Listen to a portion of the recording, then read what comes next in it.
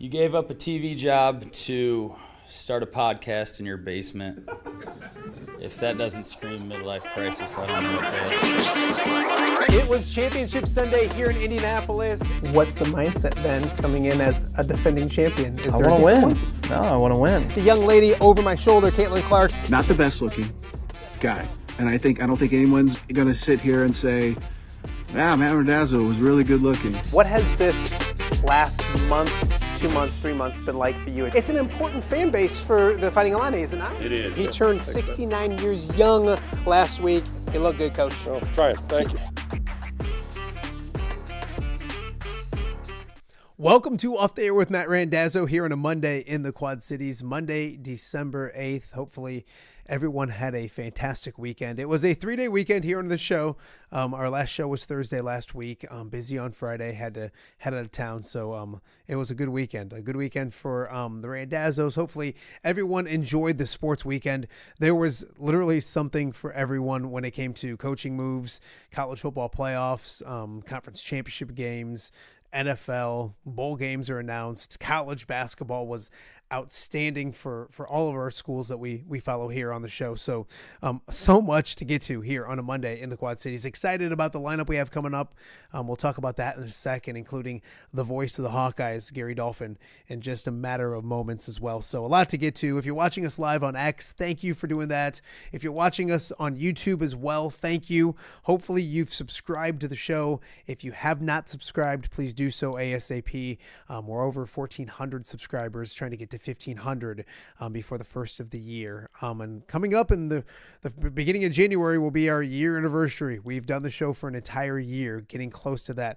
Over 11 months now doing the show. Can't thank everyone enough for listening, watching, supporting all the things that they've done, the guests for being on, all of that kind of stuff as well. It's been fun. I'm excited about year 2 as well. We'll talk more about maybe a year celebration, a fun show coming up in January throughout the month of December here on OTA. As I mentioned, we are live on X. X has been very good to us. Give us your feedback. If we're talking about a subject and you're watching and you got a question or an opinion or you want to yell at me, I get it. Do so. We encourage that. Same thing with YouTube as well.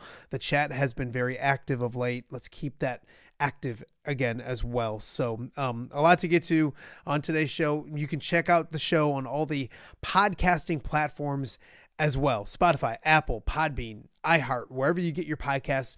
Go type in Off the Air with Matt Randazzo. Check out the show. Listen to the show. So you don't have to look at me. You can just listen to the show as well. And then also, welcome to all of our Central Iowa viewers. The show is on every weeknight at 7 p.m. on the WHO streaming app. So a lot to get to. It's been a crazy sports weekend in the state of Iowa for the Cyclones and the Hawkeyes and all that kind of stuff. So we'll talk all about it on today's show. Coming up on today's show, I mentioned the voice of the Hawkeyes, the one and only Gary Dolphin, joining me in a matter of moments. It's an upgrade. Usually Pat Anger joins us on a Monday. I gave Pat the Monday off. I think he's still recovering from that bad back. And let's be honest, it's a huge upgrade to go from Pat Anger to the one and only Gary Dolphin. Dolph has been very good to me my whole career, but especially this past year with me being part of the radio team as well. So doing the pregame show. So Gary Dolphin, and a lot to talk about. Iowa and for football and their bowl game, and then also the basketball team as well with an impressive victory, and it's Cy-Hawk week as well. So Gary Dolphin in a matter of moments. Also Illinois has a lot going on as well. They have a bowl game, a bowl opponent.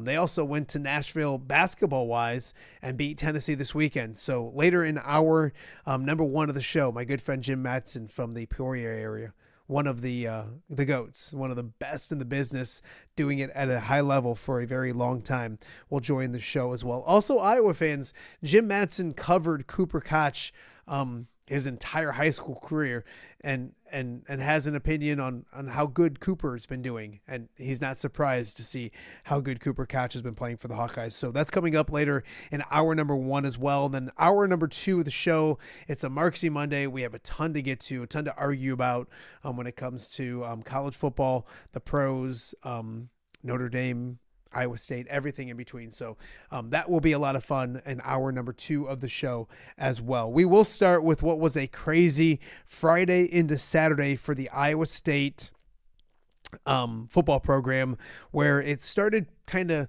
coming to fruition a little bit on Thursday, and then official Thursday night into Friday that Matt Campbell is no longer the head coach at Iowa State University. Matt Campbell leaving after 10 years, 8 bowl game appearances, 2 Big Ten championship game appearances.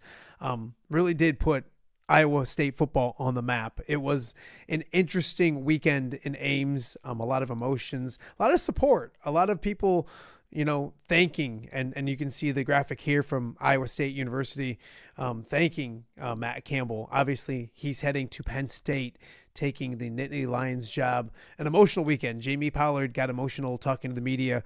I believe that was on Friday night about Matt Campbell and him leaving Iowa State and heading to Penn State. So Matt Campbell is out and he's headed to Penn State, and it did not take long to find a replacement in Ames. He's being introduced as we speak right now at an introductory press conference, but Jimmy Rogers from South Dakota State making his way from South Dakota State. Actually, Washington State was his last stop, makes his way to Iowa State. So Jamie Pollard acting quickly. He's meeting with the media in Ames right now. We'll have more with our Cyclone expert, Jake Brent, either tomorrow or Wednesday on the show to kind of talk about what's been a wild and crazy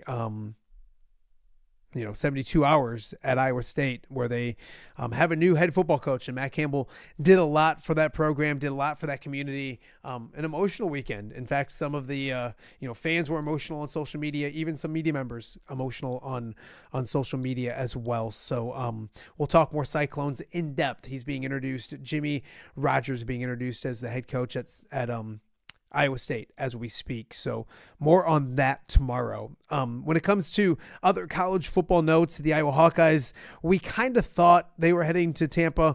We more than kind of thought. I think it was almost a guarantee, but they are heading to the ReliaQuest Bowl.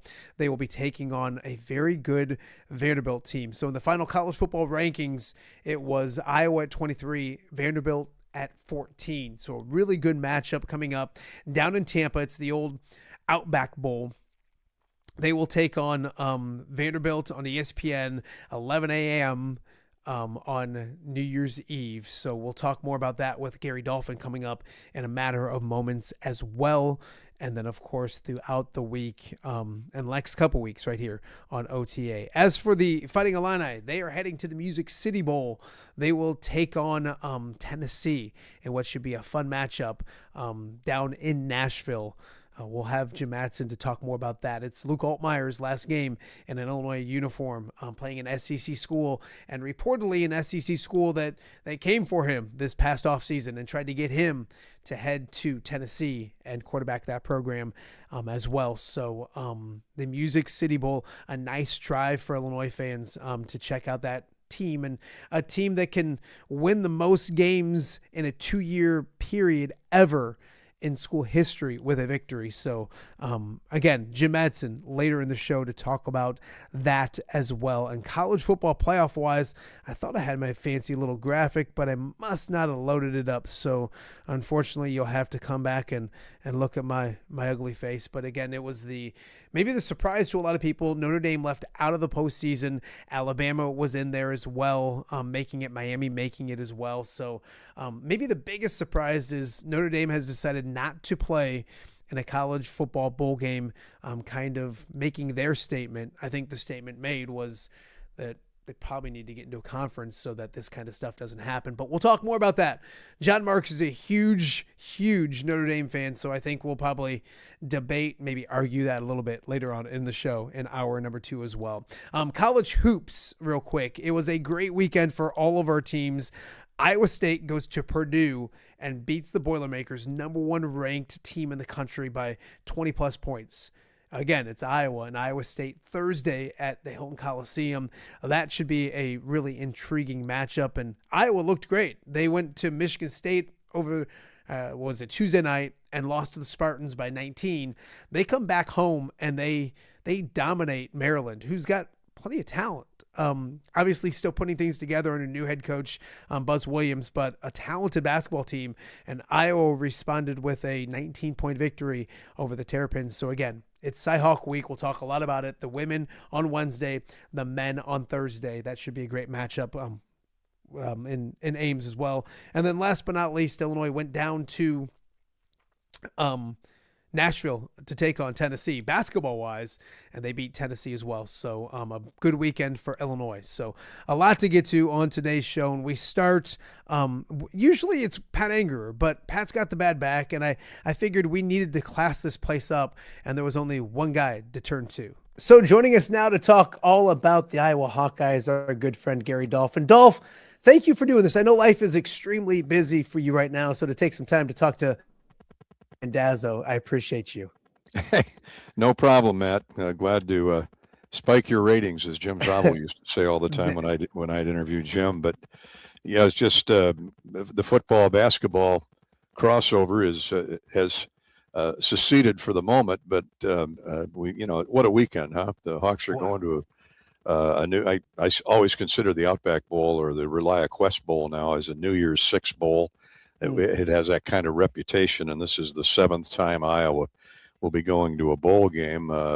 Men's basketball looks spectacular on Saturday in thumping the Maryland Terrapins, who have a ton of talent, but Iowa was a better team on Saturday. The Hawkeye women are undefeated, ranked in the top 10, and we've got all kinds of action going on as football has a month now to prepare.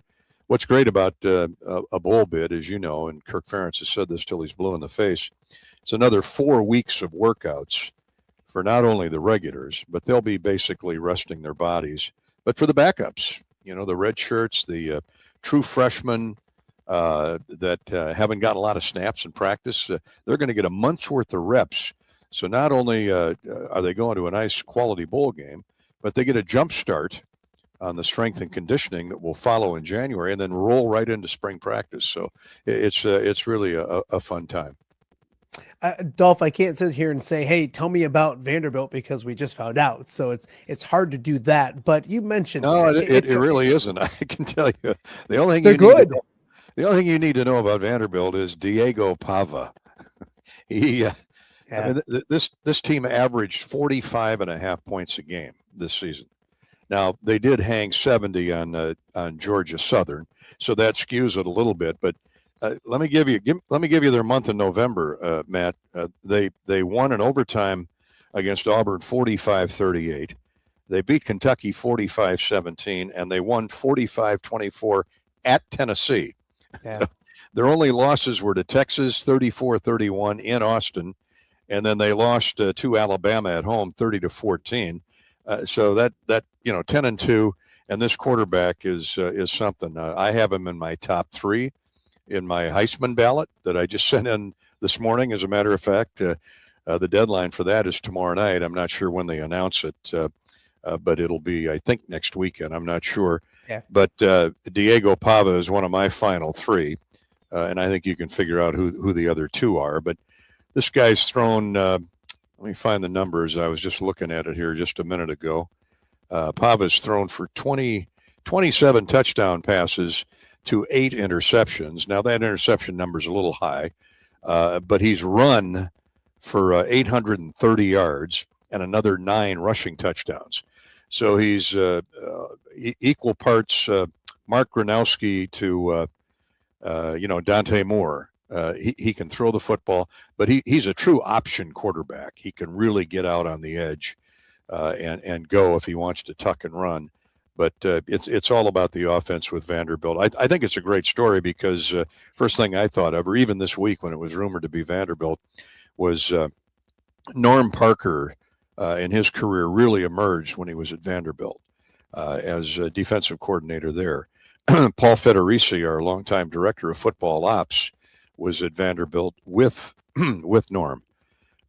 We've had a number of assistant coaches on that staff at that time 20 years ago that have come to Iowa and either coached at Iowa and then moved on, maybe 2 or 3 more. But so there's definitely some connections there. And when the Hawks went to the Music City Bowl a couple years ago, we used a lot of Vanderbilt's equipment for the players to train on. And so there's definitely some connections. There's some close friendships there.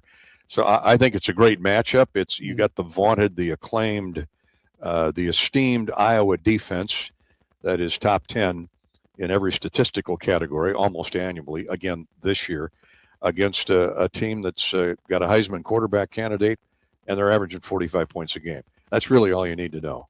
Yeah. You mentioned, Gary, this Iowa football team will be focused, motivated. It gives them more time to practice, prepare, all those kind of things. You look at it, and on Sunday we have, Iowa State opting out of a bowl. Kansas State already had. Then comes Notre Dame. They're opting out of a bowl.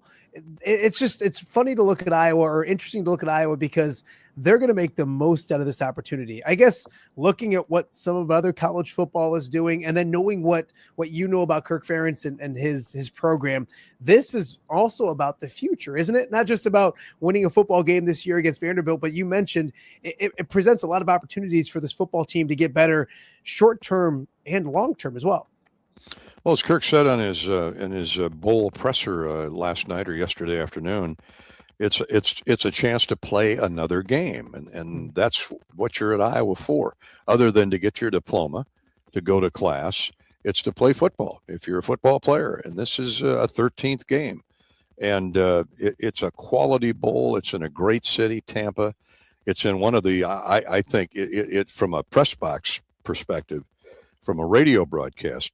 It's the best stadium I've been in. It's an NFL stadium, Raymond James Stadium. You look out the back window, and there's the George M. Steinbrenner training complex for the New York Yankees right across the road.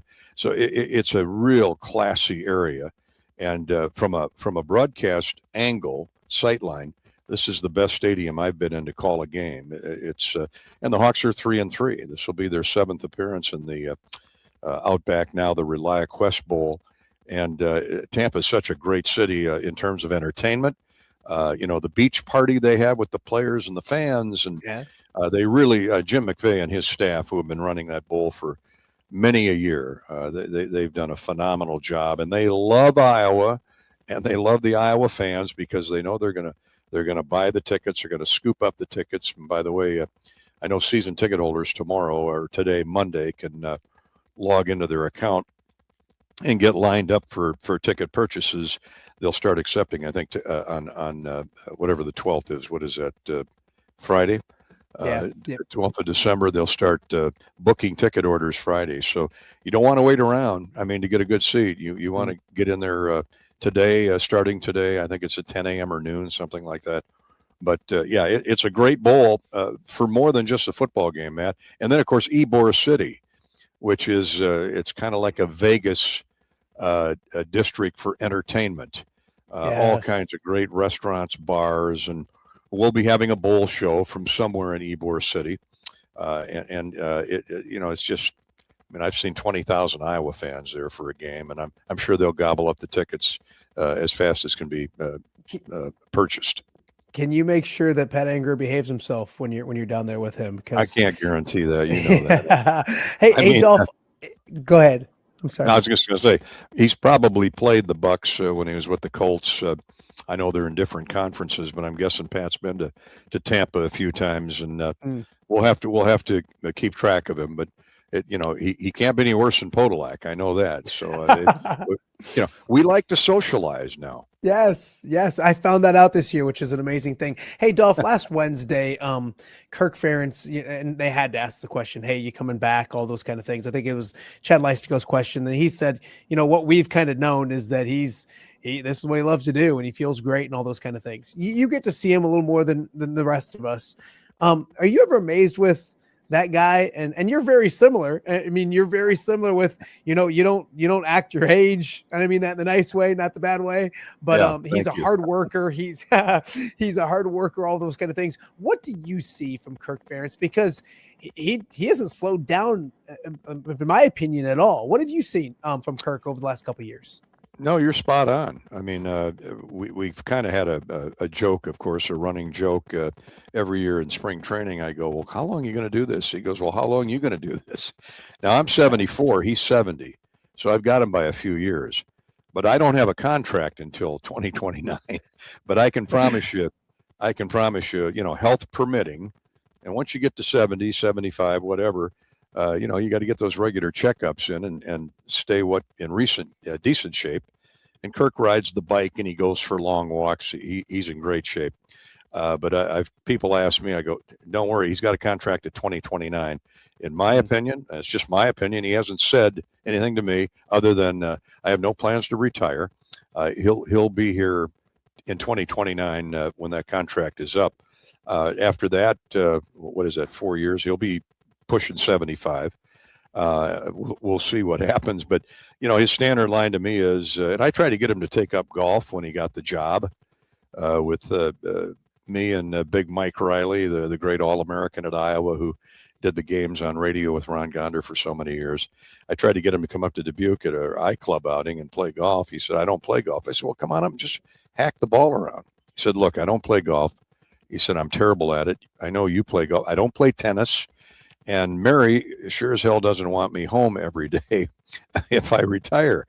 So that's kind of his standard answer. And so I don't really ask him anymore because I know as long as he's got his health, all he loves to do is coach football and hang out with his dozen grandkids. And that seems like a pretty good agenda to me. Yeah. And so, when the football season's over, he personally interviews every kid on the roster. And that takes several weeks. Then, their strength and conditioning program is going on in January. And then in February, they get ready for spring football after some time off, and then they hit the ground running. Spring football, he has told me a number of times, is his favorite time of the year because he doesn't have to worry about an opponent Saturday. He said that's a time you can strictly teach. Yeah. And that's what he is. He's a teacher and a great teacher, both in the classroom and on the football field.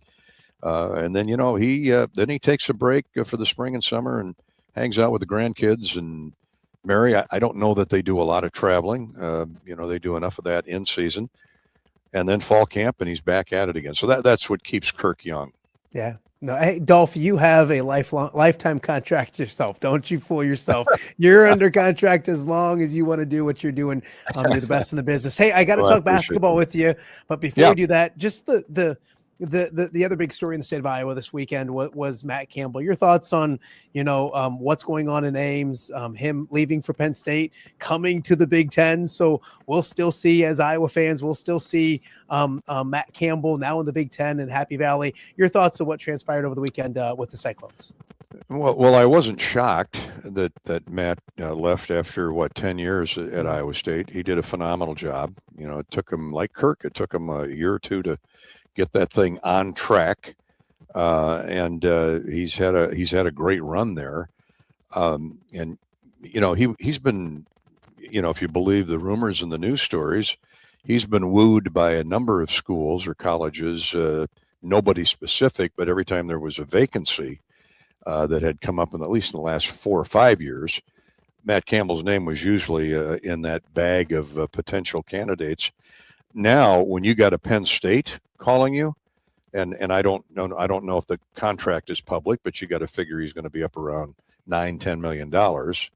I mean that's hard to turn up your nose at that. He's from Ohio. He's closer to back home, and Penn State obviously is an historic blue blood program, and certainly they've had their serious issues out there on more than one occasion during the end of the Joe Paterno era. But you know what? When you get on the field and play football, Penn State still is one of those names that gets mentioned in the top 20, 25 programs of all time with the Alabamas, the Ohio States. And so I'm sure Matt did his homework. I'm sure he did his track work on that and had everything in that contract that he wants. And certainly it leaves a void at Iowa State. But it sounds to me, and I don't know anything about the new coach who came in from Washington State, but sounds like they got a good one. He's a young guy. I mean, South Dakota State, Gronowski had him for, I think, 1 year out there. And so the guy can coach. I don't care what division you're coaching. If you win national championships, you're pretty good. See Ben McCollum, see Bo Ryan. So I think, Jamie Pollard's a pretty smart guy. Now, I'm sure Jamie's had his eye. Bob Bowlesby always told me, Matt, that after Hayden retired, that an AD worth his salt always has a short list in his back pocket of potential candidates that they have done their homework on so they can make a quick decision. And Iowa, Iowa State, Notre Dame, you got to be a fit for the program. You can't just draw names out of a hat. And so, Jamie Pollard's a pretty smart guy. He knows what he's doing, and I'm sure he got the guy he wanted. And now, it's no different than Kirk Ferentz. It's a developmental school. Can you get guys there? A bunch of high 3 stars, hopefully a couple 4 stars, maybe a 5-star, once or twice a decade, and then develop them and build them up. And that's what Iowa's done for the last, 27 years with Kirk Ferentz. So, I am surprised. I did not hear today that Notre Dame opted out. They're not going to a bowl. Huh? Yeah. It surprises me that Iowa State, and I don't know all the reasons behind it. It surprises me that Iowa State is opting out of a bowl. I mean, I like what Hayden and Coach Ferentz have always said. It's a reward for the kids. Yeah. It's a reward for a season well done. It's a nice trip. The families get to go, and I did read where the comment was they don't have enough healthy players. Yeah. I'm not sure what that means, but maybe they got a lot of guys that because of the coaching change are opting out and they're going to jump in the transfer portal and they don't want to risk injury. I mean, that's part of the sad state when you look at all the good at college football brings to the table. That's part of the sad state of college football today because it is pay for play. So I get it. It's just disappointing to hear the Cyclones won't be going bowling. Yeah, my guess is Matt Campbell might have some of those players interested in going to Penn State. So obviously just speculation. They have been fined $500,000 by the Big 12 by not doing that as well. So it's crazy. You look at it, they got $2 million from Penn State for Matt Campbell, but they had to give Washington State $4 million for their coach. So they net lost $2 million there. Then they got fined $500,000. So it's been a costly weekend. I didn't know that the Big 12 slapped their wrist in a big way like that. And the other component is it's always a great trip for the fans. So the fans are missing out. The players that want to go to a bowl are missing out. And you know what? That's Iowa State's decision. I'm not going to sit here and criticize it. I mean, they obviously had their reasons, but man, that's a costly opt out. Yeah, no, absolutely. Gary, we got to talk a little basketball. I know you got to get going, but everybody in Michigan State, we watched Michigan State, and it was Ben's first loss, and everyone wanted to know what it was going to look like bouncing back. Woo, Gary, that's how you answer or respond to your first loss. I wasn't too worried leaving East Lansing because, and you were there, obviously it is East Lansing, and that happens to a lot of teams in that building. I was extremely impressed with the way Iowa handled Maryland on Saturday. You saw it up close. Your thoughts on first Iowa's victory over Maryland on Saturday? Well, it was phenomenal. And I think between the disappointment at Michigan State and what you saw Saturday or heard on the Hawkeye Network Saturday, the total dominance of Maryland from the get-go, I think this Iowa team is somewhere in between. You'd like to think they could put up that performance every night out like they did against Maryland. And Ben McCollum said this in the pregame show. Iowa's got a lot of new faces that are trying to mesh together. Now, half of them or 6 of them came from Drake. So the Drake guys, the former Drake guys, they know what's going on, what Coach McCollum wants. And then you have Cooper Koch and you have the other newbies, the freshmen, who I'm so impressed with, Tate Sage, Joey Mattione, Trevor Urach, who's going to get better. The big guys take a little longer to come along. So it's amazing what we saw on Saturday. And the big, and they scored, 83 points, shot 55%. They shot like 60% in the first half, 60% from 3. I mean, they hit eight of their first 11 shots.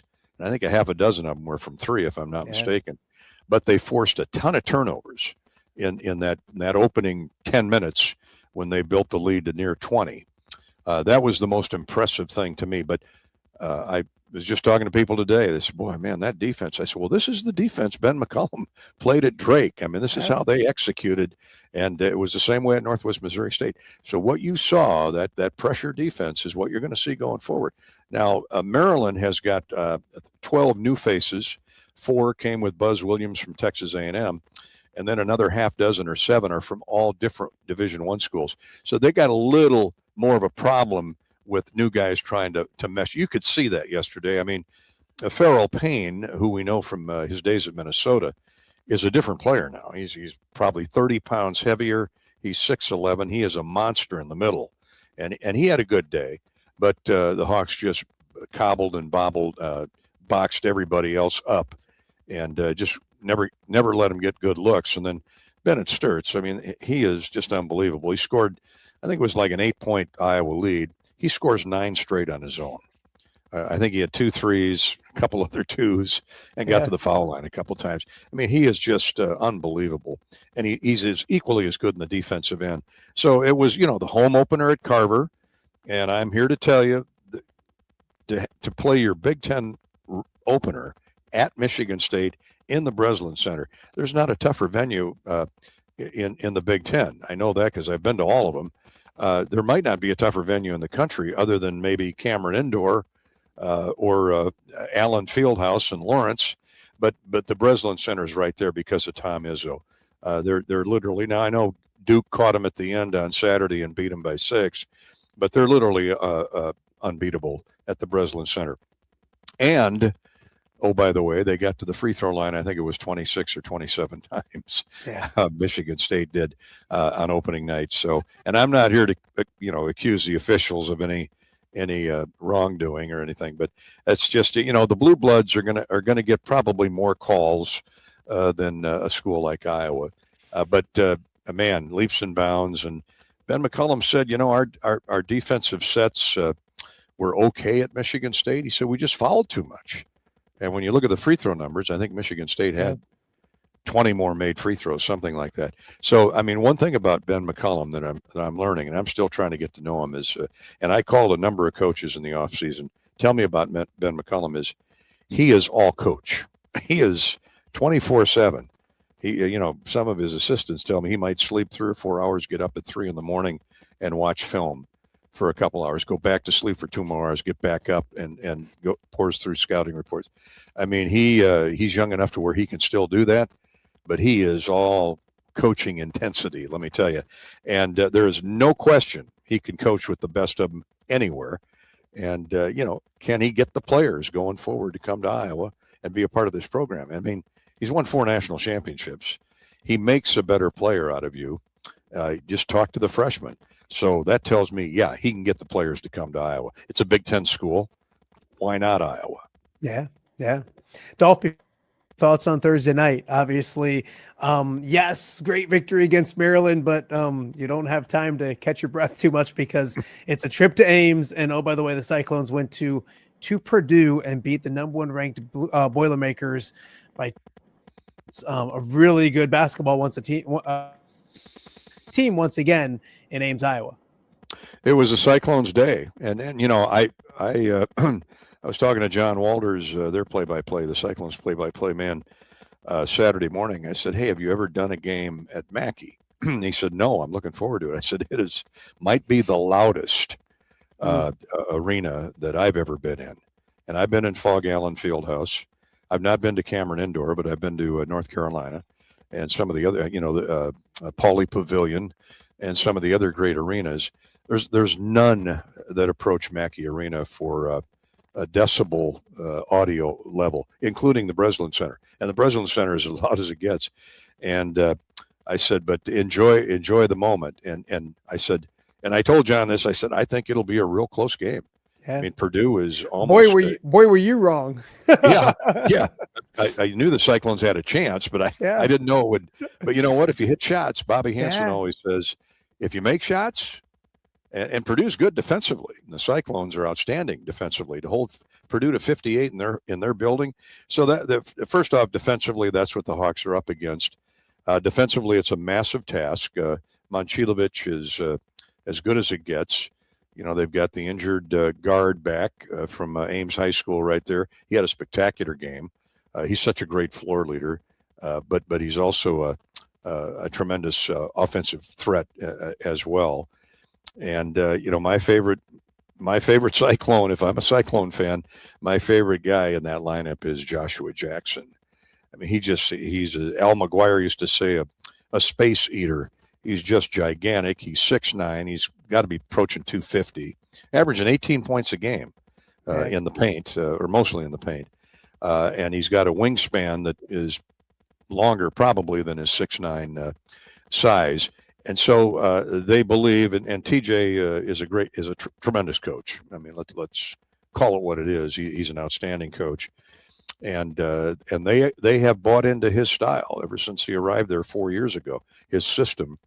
And so they're going to try and touch the paint with Jackson, and they've got a couple other big guys. Kid that's 6'10" in the middle, he played well on Saturday, and then kick it back to the wings to Momcilovic for they hope an open three. So the Hawks really have to defend the perimeter. But again, Iowa was facing a size deficit on Saturday. They're going to be facing a huge size deficit like they did at Michigan State on Thursday. And, Hilton's not unlike Mackey. It's loud. It's a great home court advantage for the Cyclones. But you know what? You got to play the game. And if you can make shots, and we got Bennett Sturtz, after watching the game against Maryland, the Hawks will go in there and give a real strong effort. Hopefully it's good enough. Dolph, I appreciate your time. I know it's a busy week for you with football and basketball. Before I let you go, too, are you worried about Pat? Have you heard about Pat? You're supposed to be the older of the two, and he's bedridden. He can barely move, and you're running circles around him. Well, he hurt his back, I hear, right? Yeah. He wrenched his back or something, and I have for years had a bad number 4 and number 5, vertebrae, which is basically your tailbone, and that comes from a lot of years sitting at your desk typing or at a computer.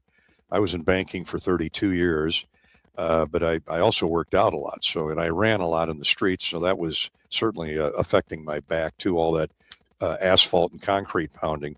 So, and I tried everything. I'd be bending over, brushing my teeth in the morning, and I'd hear that thing pop, and I'd go right to my knees. Oh. And it took me 2 weeks to be able to straighten up, man. And I'm not looking for sympathy because it is what it is. But where I'm going with this is, I had a bunch of buddies say, you got to try acupuncture. You got to try acupuncture. I said, oh wow. Get out of here. And you know what? I finally went to it. And that was at least 10, maybe 12 years ago. And, I got to be careful. I'll get up some mornings and the back is stiff, but I've not had an issue. Not That's one good. Back pop in 12 or 13 years. Actually, it was longer than that because it was we were going to Kansas City. Alford was the coach. Oh, wow. And we were playing in a Kansas City Classic down there at Old Municipal Auditorium. And I crawled to my acupuncturist that morning. The flight was leaving at 2 in the afternoon. This was 10 o'clock. And I was brushing my teeth. And that's it popped. By 8 o'clock that night, I was standing up straight. It was stiff and sore. But 2 days later, I was back to pretty much normal. So I've been going every year for half a dozen maintenance trips.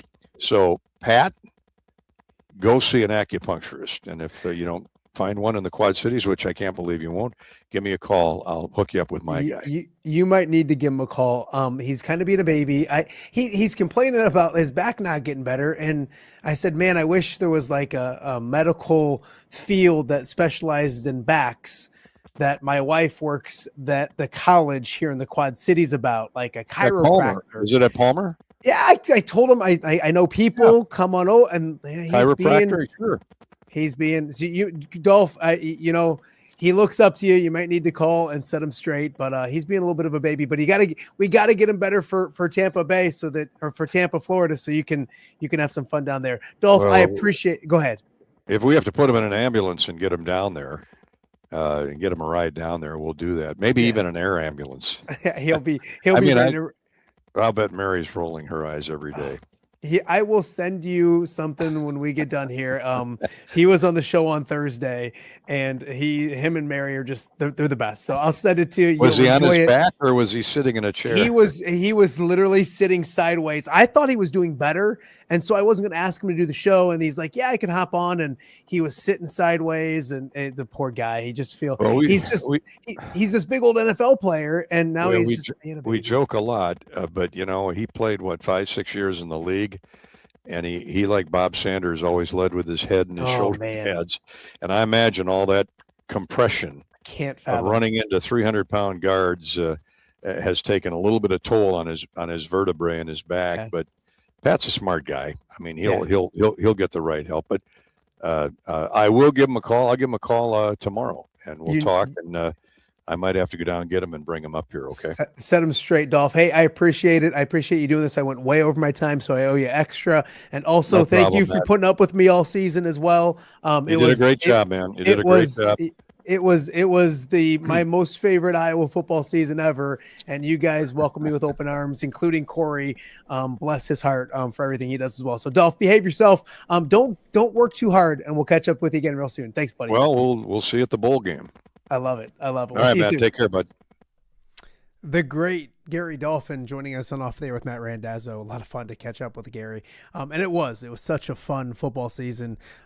It's a great dynamic. The Hawkeye Radio Network, everybody from behind the scenes to Corey Sheets to the people you hear all the time. Pat's killing it as usual. So a lot of fun. And so we thank Gary for taking the time to chat with us here on a Monday in the Quad Cities. It's a big Monday in Ames, Iowa. They're introducing a new football coach as we speak. We'll talk more with Jake Brend about that either tomorrow or Wednesday here on OTA, a changing of eras when it comes to football for the Cyclones in Ames. But after the break, we're going to focus on the Fighting Illini. It was a busy weekend for them as well. They know who they're going to be playing in the bowl game. It's a battle in Music City with Tennessee. That, and also they got a great victory basketball-wise as well. All of that, much more. My great friend Jim Mattson, right after this. You're watching OTA on a Monday. We'll be right back.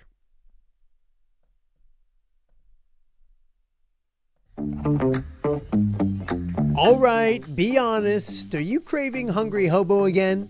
You know, that fresh sliced meat piled high on those amazing sandwiches, hot off the grill chicken and steak with all those delicious toppings, the biggest and best selection of baked potatoes, or simply some waffle fries dipped in cheese. Well, now that Quad City favorite is even easier to get. Download the Hungry Hobo app today. Order ahead, skip the line, and earn rewards all at the same time. There's Double Points Monday and exclusive specials as well. With 12 locations in the Quad City area, it's Hungry Hobo. Now even easier to find, but still hard to resist.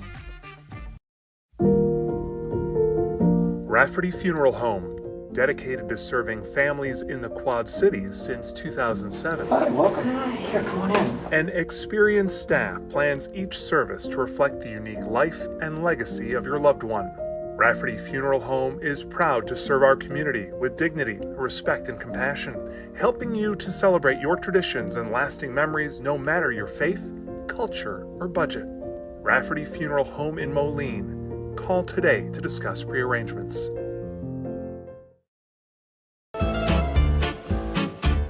When it comes to quality, convenient pizza, Godfather's Pizza in Silvis has you covered.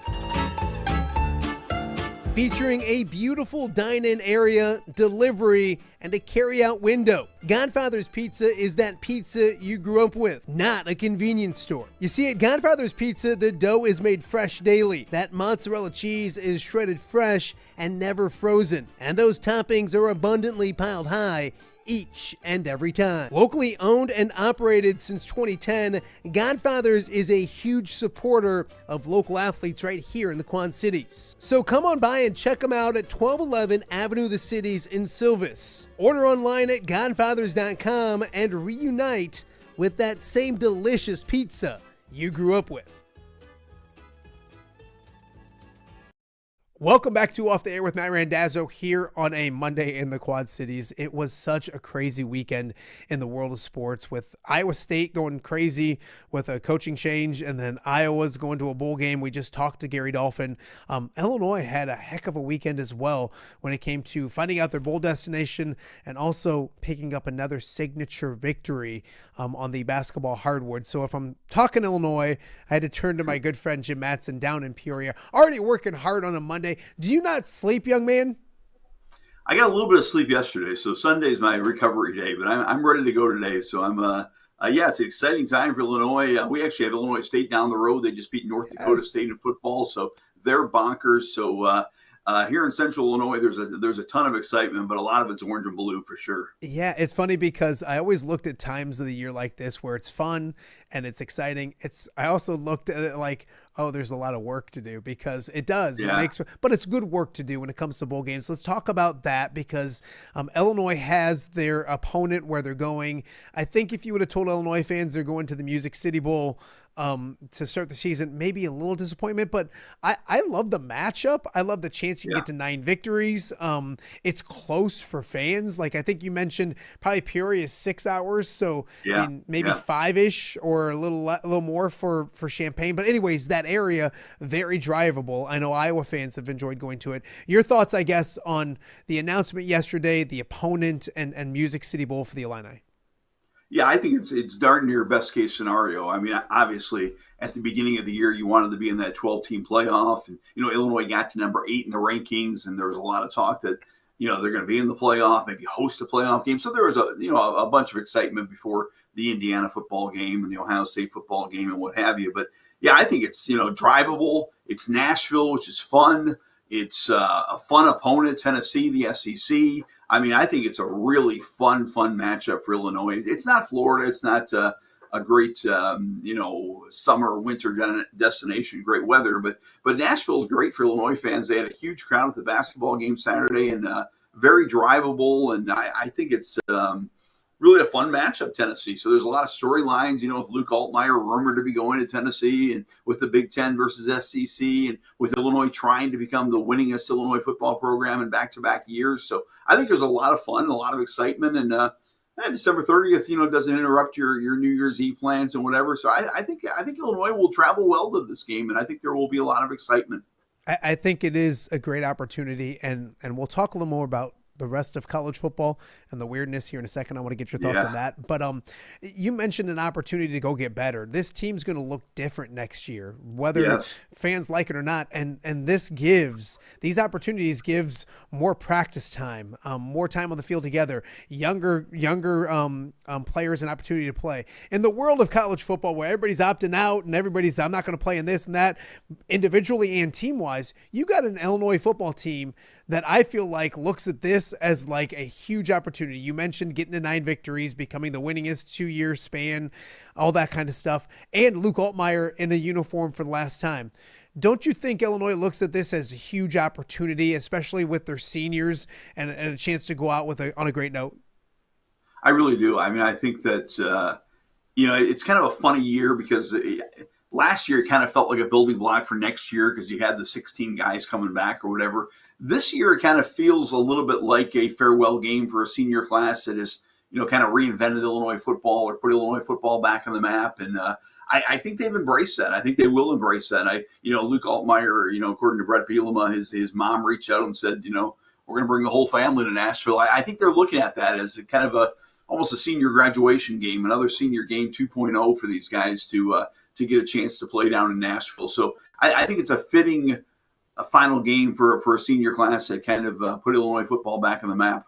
Jim, I don't want to age you, so I mean this very respectfully, but you've seen a lot of quarterbacks at Illinois throughout the years. Where will Luke Altmaier land on your list or be remembered, or what will he be remembered as? We can start doing those things now because he came to Illinois and he was the major cog in turning a program around. Obviously, Brett Bielema has a lot to do with it, but he's the quarterback. Where does he fit when it comes to what he'll be remembered for or in the hierarchy of Illinois quarterbacks? Yeah, it's hard for me to say. I was thinking about that because I heard people say them, the most beloved Illinois quarterback ever, and I'm like, well, you must be young, because I watched Champagne Tony Easton from the stands, and I was a classmate of Jack Trudeau, and Jack took us all to the Rose Bowl in the 1980s, and so some of those guys in my mind are maybe more accomplished than Luke, but Luke's one of my favorites of all time to cover. I talked about the first time I met him when he was coming from Mississippi, and he'd never really been in the Midwest. And I felt he was kind of confused and kind of, a little bit unsure. And then by his junior and senior year, he really became the leader of this team, and a terrific interview, and just a great young man to cover, let alone to win football games. And yeah, I sometimes I still think he's a little bit undervalued, or he's honorable mention all Big Ten. And I know obviously the Big Ten's got a couple Heisman Trophy candidates at quarterback, but I just think Altmaier's been a very, very, very good quarterback for Illinois. And is he the best I've ever seen in Illinois? No, but one of my favorites to cover. And, again, you don't have this success in back-to-back years without a very special quarterback. And I keep saying, I know I've said it to you before, I don't know when Illinois is going to have another 3-year quarterback. Yeah. This is kind of rare in this day and age where it's kind of rent a quarterback or go get a portal quarterback. So cherish one more game with Luke Altmaier for sure. Yeah, absolutely. I'll always say about Luke, he came up when I didn't know who he was. I knew he was QB1, but he wasn't that guy. Right. He came up to my dad's golf outing, and there was not a more down-to-earth, soft-spoken, and he had that conversation. Some kids will like, hey, how are you? You talk for a minute, and then you're done. Like, I think we talked for 10, 15 minutes. I think he was and I've always remembered that. And for some young kid from the South to come and like somebody say, hey, we're going to go drive 3 hours to golf for this guy, for him to say, yeah, I'm in, was really cool as well. So I think he'll be his teammates cherish him, and that's one thing. Again, he was a bit of an outsider and his teammates quickly embraced him. And I could see him hopping in the car with his teammates because he's that kind of guy. So I think that's a cool story. You look at and maybe his legacy is maybe defined by how this continues, because I mean, if they turn it around and Illinois is this for 10 years, you look at, everybody remembers those first Iowa teams that were really good. The Brad Bankses and those people, like, you're just beloved. If you help turn a program around, you'll be beloved for a long time. So I do appreciate that about them. I would assume in basketball. Bingo. Committed to Illinois when Illinois wasn't good and turned the program around. He'll be loved forever by basketball fans. What do we know about Tennessee before we get moving on to basketball? Well, they're a little bit like Illinois. I think they play a lot like Illinois. They, reportedly, I don't know how much is going to come out about them going after Luke Altmaier, but they reportedly, wanted Luke Altmaier to be their quarterback. They wound up with Joey Aguilar, and Aguilar put up big numbers this year. So I think they're a quarterback-driven offense. They're a team I kind of wrote down. They've got Illinois and Tennessee have great resumes of the teams they lost to. Illinois lost to Indiana and Ohio State. Tennessee lost to Georgia and Oklahoma and Vanderbilt and Alabama, so I mean, these guys know what it's like to play a football playoff team. They just haven't had those big wins. But Tennessee got to 11th in the country at one point, so they were a little bit. I mean, the seasons kind of mirror each other. The quarterbacks kind of mirror each other.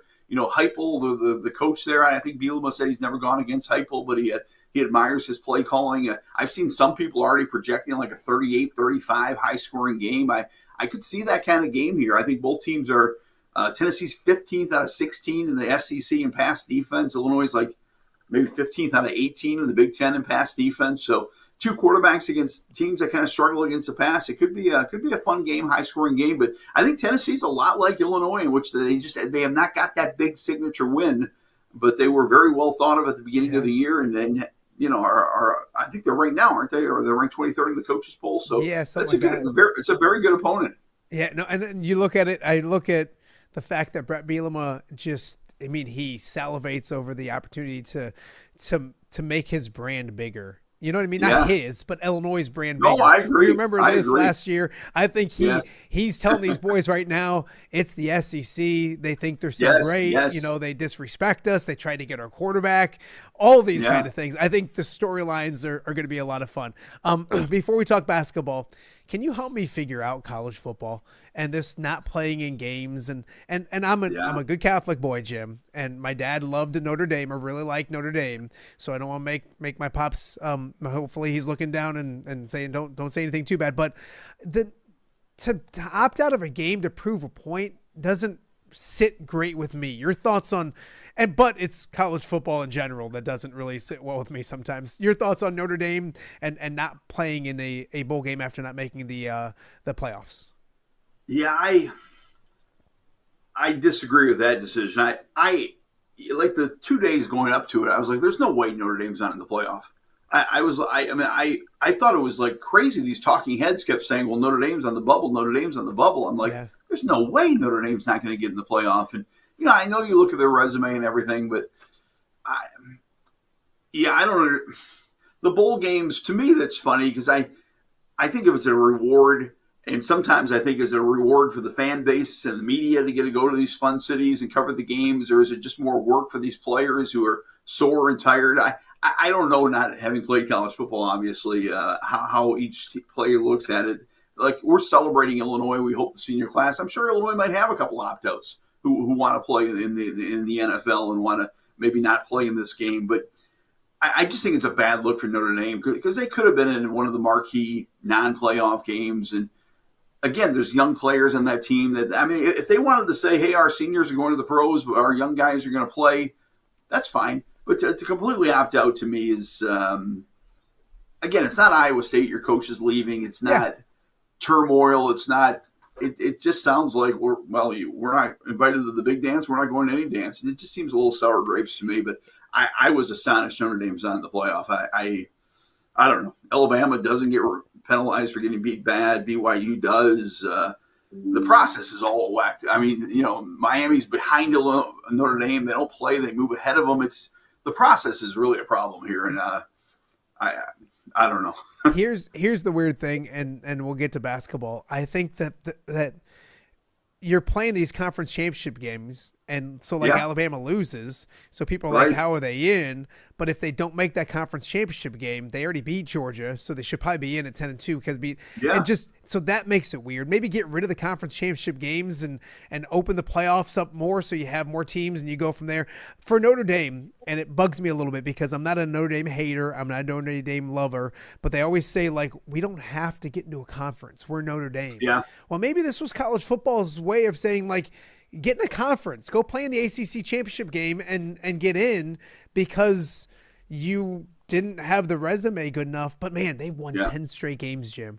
I know they didn't beat a lot of great teams in that span. They won 10 straight games, and they're not one of the best 12 teams. So it's there's a lot that's wrong with college football that we could tout about. But a conference is the safety net there.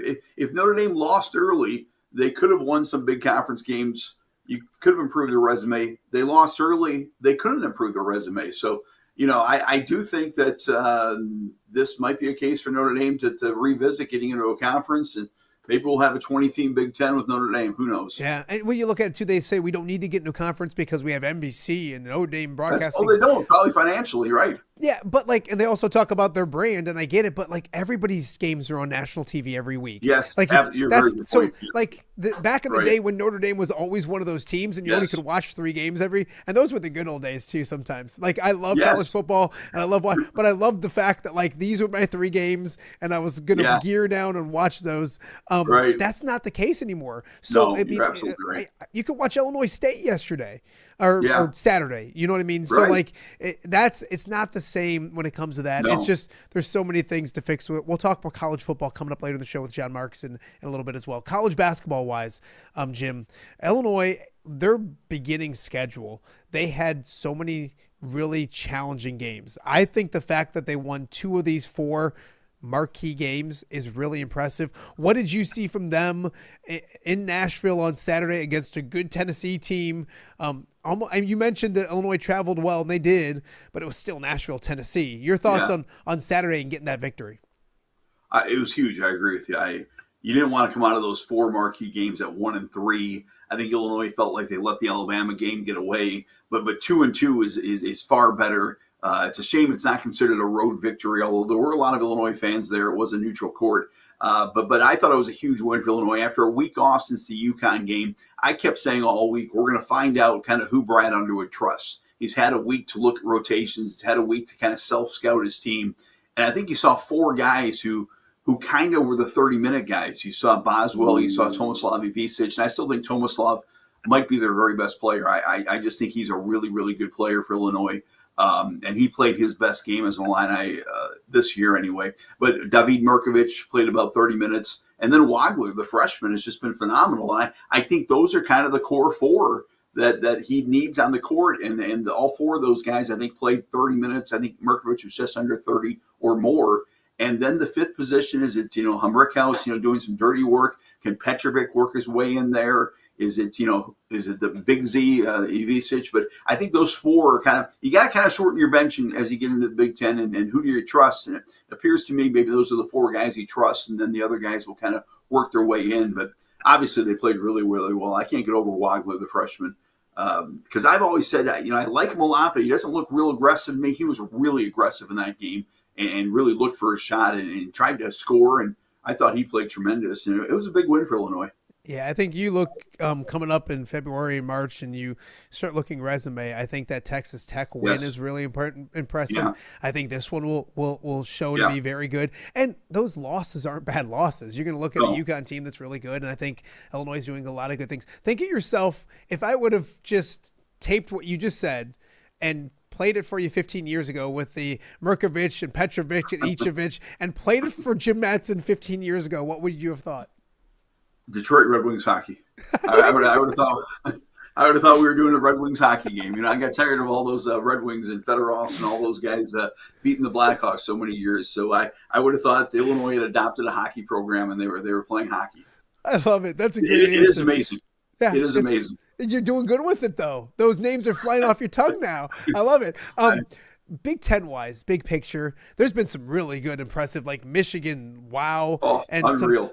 Now, this weekend wasn't great. Iowa State went to Purdue and hammered them. Now Iowa's got to go to Iowa State. We'll talk a lot about that game, of course, this week as well. Your thoughts on the Big Ten as a whole when it comes to Purdue, who had been impressive. Michigan's been really impressive. Michigan State has some really good wins. They lost to Duke this past weekend. And Illinois is kind of the same as Michigan State, where their resume is impressive as well. Your thoughts on the Big Ten as a whole as we start rounding our way into the first of the year and the Big Ten gets rolling for good? Yeah, Illinois is at Ohio State tomorrow. They tip off Big Ten play. These December games always kind of surprise me and startle me a little bit with the traditional Big Ten schedule. But I think the Big Ten's unbelievable. It's so big. I mean, when I watch the mid-majors, even going back to the exhibition game, Illinois State's favored to win the Missouri Valley Conference. They look so small against a Big Ten school like Illinois in that exhibition game. And you look at how big Michigan is and how big Purdue can play. And the size of these teams is unbelievable to me. But, it's been 25 years, 26 years, I guess now, since the Big Ten won a national title. It sure feels like Illinois, the Big Ten's got some national title contenders. But I think going to Iowa is going to be tough. You saw Indiana lose in Minnesota. I think going to Ohio State for Illinois is going to be tough. I think going to Indiana is going to be tough. I just, the depth of the conference. I remember on media day, Underwood said he thought maybe 16 Big Ten teams would get in. I'm like, come on now. But you look at it, I mean, there's a lot of really, really good, deep, Big Ten teams. And it wouldn't surprise me if 14-6 won the conference. I think Purdue and Michigan maybe have the firepower to go 17-3 or something. But boy, if you said right now Illinois could go 13-7 in the Big Ten, I think I'd take that. I mean, I think the Big Ten is going to be a war.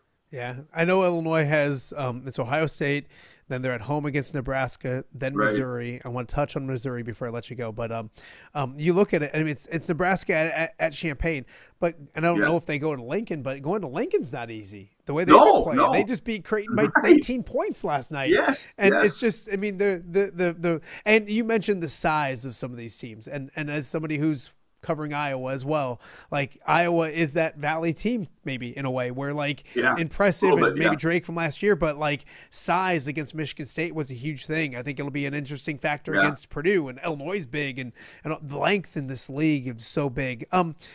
what is, before Christmas or before the change of the year, what's the biggest game for Illinois? Is it the Big Ten games? What is Missouri in this? Is it still that big rivalry? I know it is. It's not huge, maybe around the Quad Cities, but I know the more south you go, it is. What's the biggest game left? And maybe talk about that Missouri game coming up. I think it's December 22nd. That's right before Christmas, something like that. Yeah, 2 weeks from tonight. Okay. I think the two Big Ten games. I mean, I think, obviously Ohio State's going to be tough and Nebraska's good.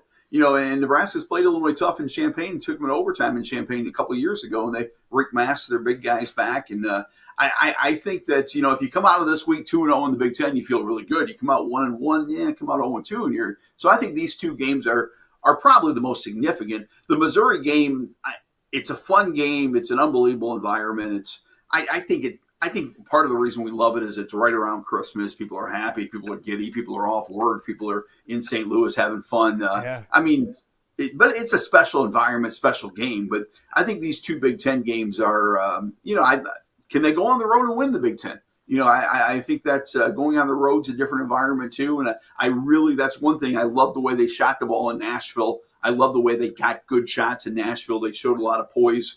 Tennessee got within 6. They'd hit a 3 to go up by 9. Tennessee would get within 6. They'd get a layup to go up 8. I love the way they responded.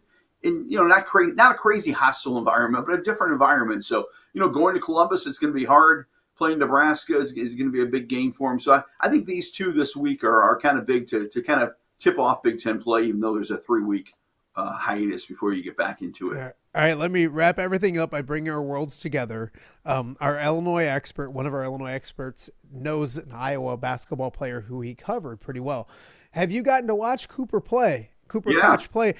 Jim, he's playing really good. And I'll say this. I saw him some in high school, and he could shoot it. I didn't think it would look like this if he put it together. He's aggressive around the basket. He's rebounding at a high level.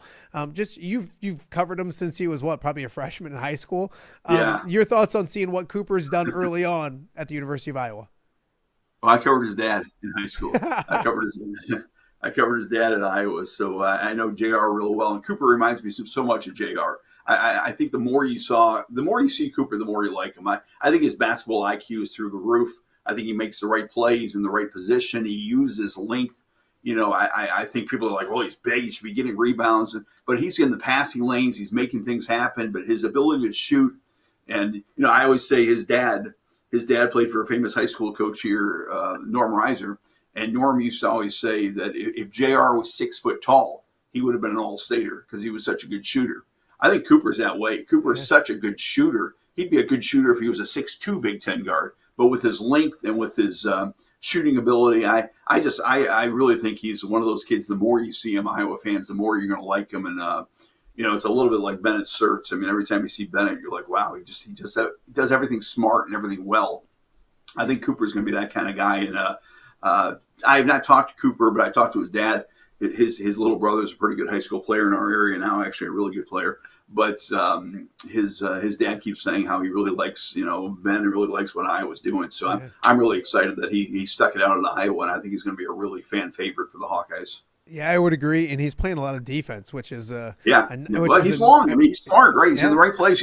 He's a guy coaches can trust, and he does everything well, which is what coaches love. Yeah, he buys in on that end, and I think Iowa fans hasn't seen defense in a while, so I think they enjoy that as well. Hey, enjoy your Monday. I know you got a lot to do. Right. I appreciate you stopping by and doing this, and I'll probably talk to you maybe before the holidays, but if I don't, happy holidays, all those kind of things. We'll talk real soon. Thanks, buddy. I appreciate you. Sounds good, Matt. All right. Mm-hmm. The great Jim Mattson joining us here on Off the Air with Matt Randazzo. It's a good Monday. When you go from Gary Dolphin to Jim Mattson, and you're just talking sports and hanging out, that's a beautiful thing. So we got more to get to. Speaking of hanging out with people and talking sports, John Marx will be here with Marxy Monday. We'll talk some Bears. I meant to talk to Jim about the Bears and all those kind of things too, but we could do a 2-hour show with Jim, and he doesn't have that type of time. So, but we'll talk Bears and Packers with John Marx, more Notre Dame and that kind of stuff, and a whole bunch more. You're watching OTA on a busy Monday right here in the QC. We'll be right back. Give me the keys. Learning to drive can be stressful for both the student and, yes, the parent as well. Relax. There's an easy way to avoid the stress.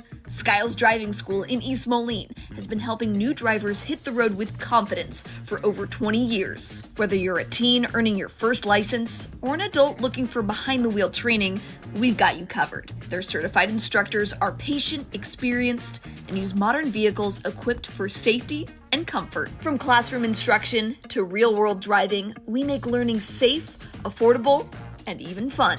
Call 309-278-0098 or visit skylesdriving.com. Skiles Driving School. Get in, buckle up, drive your future forward.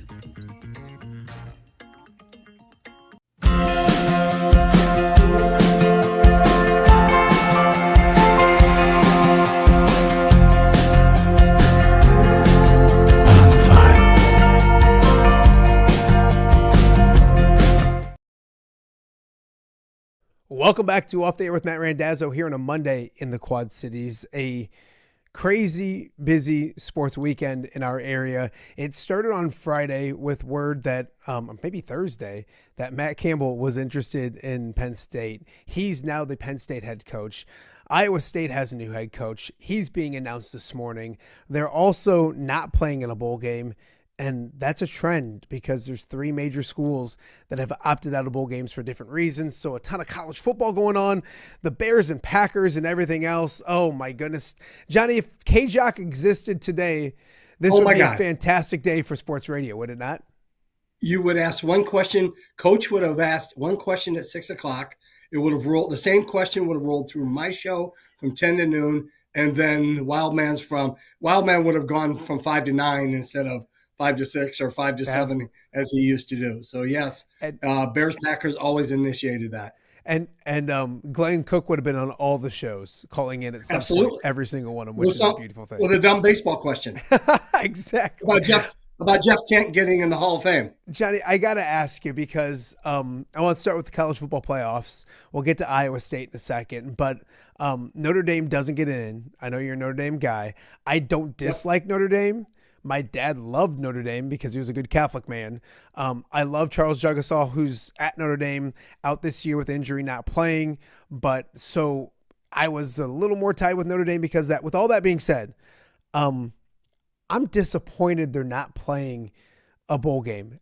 You might have thought, I want to get your opinions on them not making it, them not playing, and then I'll give you my thoughts and you can yell at me after that.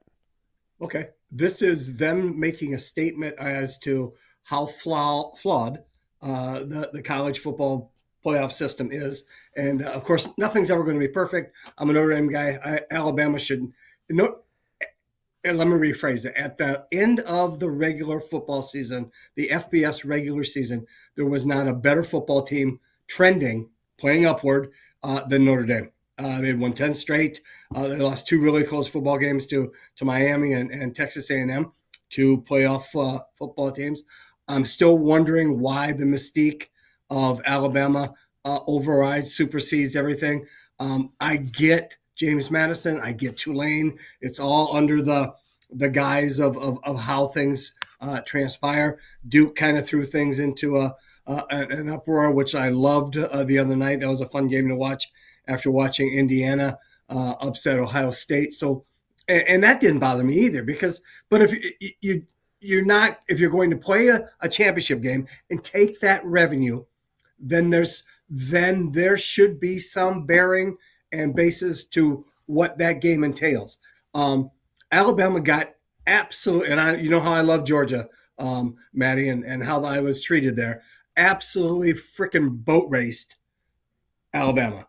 From first snap to the last, to taking a knee to win the ball game.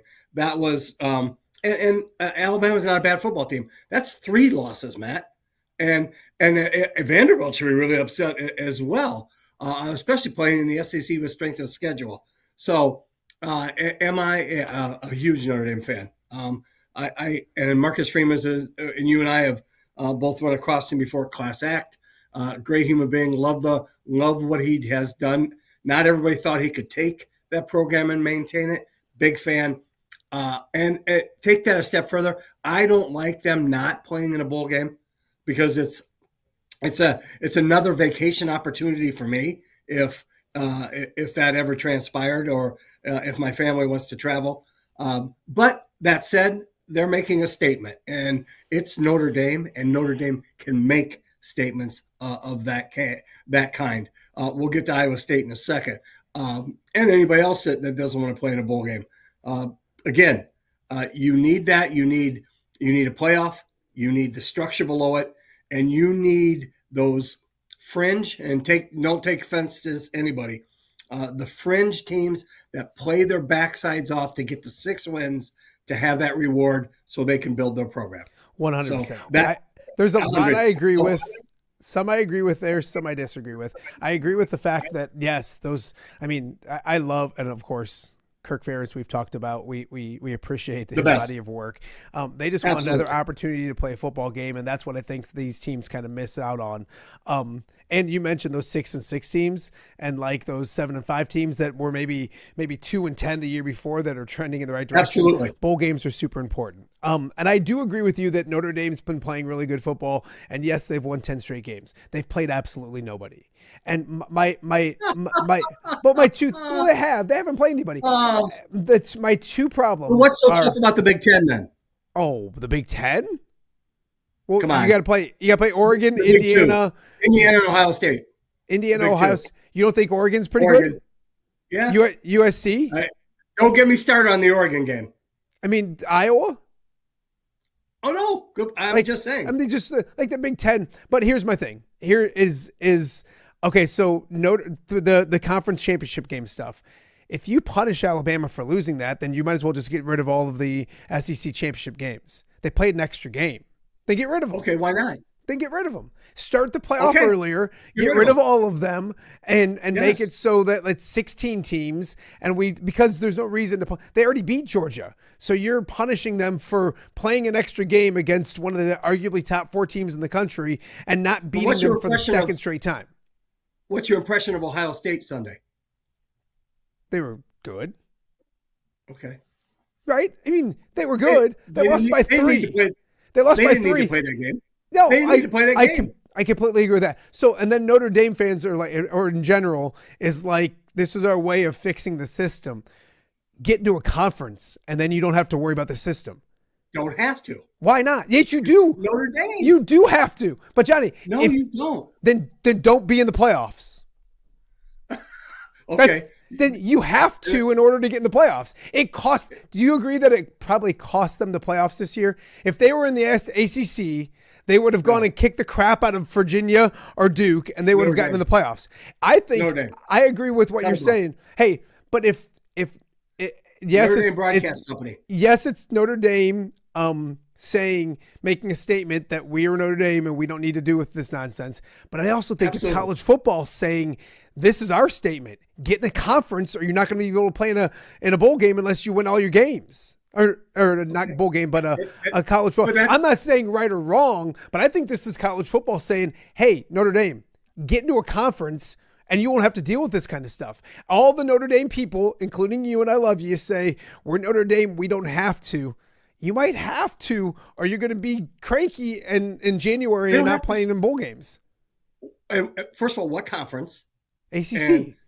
The ACC, they're already in there. They're already in for everything else. That's everything else. That's not Notre Dame football. They're not going to. They don't need to revenue share with anybody, Matt. Hey, I love Notre Dame. I respect Notre Dame football, and it's not to this level. But the mystique of Notre Dame football isn't the same as it used to. They used to be on national TV every single Saturday when there was 3 games going on. They still are. Everybody's on TV. The NBC, Notre Dame Broadcasting Company, it doesn't matter. It just means that they're on that station. I can watch every Iowa game on TV. That whole thing used to be Notre Dame's the national brand. They're always on. Everybody's on. We could watch UMass when Jackson was there. Heck, we could probably find SEMO if we wanted to. So I think that it's not the same as like Nebraska, because Nebraska fans are just delusional, and I think Penn State fans are a little delusional as well. But like, it's not it would have helped if they played in the ACC. They would have kicked the crap out of Duke, or they would have beaten Virginia, and they'd be in. So I think, yes, they don't want to get into a conference, but the alternative is not making the college football playoffs, which is what's going on right now. 1 year then 1 year they're out of the college, and so they're back in. But Johnny, real quick, they deserve. I agree with you. They deserve to be in. They're one of the best. If you just go top 12 teams, they're one of the top 12 teams. Like, if I could, I don't gamble on college football anymore for reasons of jobs.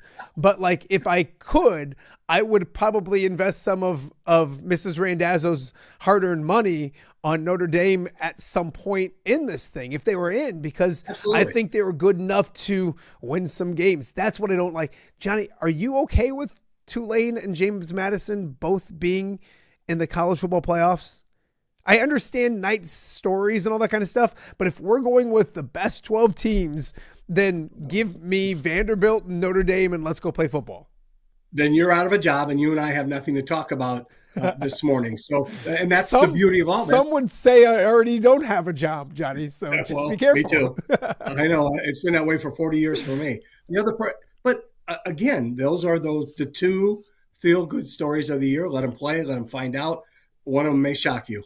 Yeah. And but they're yes, they are fringe elite programs. I'm taking nothing away from either one of them. So if you're a James Mattson alum or fan of the program, or a Green Wave fan, I'm sorry. But again, Tulane's made great strides. Both have actually made great strides. Signetti at James Mattson coming to Indiana and carrying on. So you have to, again, Matty, Notre Dame will never going to play football in the ACC. It would either be the pick either SEC or Big Ten. Yeah. They will never play in the ACC. It's a conference football wise not worthy enough of Notre Dame. Sorry. I mean, I understand kind of what you're saying, and I do understand. But in order to go dominate that conference like Clemson did, and then get in the postseason, like I mean, they have Florida State and they have Clemson, and then it gets. I totally understand all that, but in order to get in, like you have to maybe, or if it goes to 16, then maybe you're okay. But I think this was right or wrong. I think this was college football's way of saying, hey, get in the conference and we don't have to deal with this. But college football's messed up in so many other different ways that I think Notre Dame not being in a conference is the least of her worries. So Notre Dame is not playing to make a statement. And I agree with that, whether you agree with the statement or not, right or wrong, whatever, they're doing it for that reason. Iowa State's not playing in a bowl game. I feel that's because they mentioned not enough healthy players. I think that's also, there's a lot of those guys that are going to be going to Penn State or looking at Penn State. I don't think they'll have, and then that goes back to the whole calendar of college football and the portal opening up before the season's actually done and all that. But I guess, so that's my way of opening up Iowa State. I don't know if I always thought that Matt Campbell was going to leave Iowa State eventually. And USC came after him. Several teams came after him. I understand the tie being at home, but it's weird because they didn't identify him right away. It was almost like, oh, by the way, we need somebody. Oh, here's Matt Campbell, who's a really good football coach. Your thoughts on Iowa State? And it was Cyclone fans, we'll talk to Jake Bren tomorrow. I mean, it was a tough weekend, and you can polish it. And I think Jamie Pollard did as good as he can, but it's a weekend that set you back several years when it comes to football at Iowa State. You think it set them?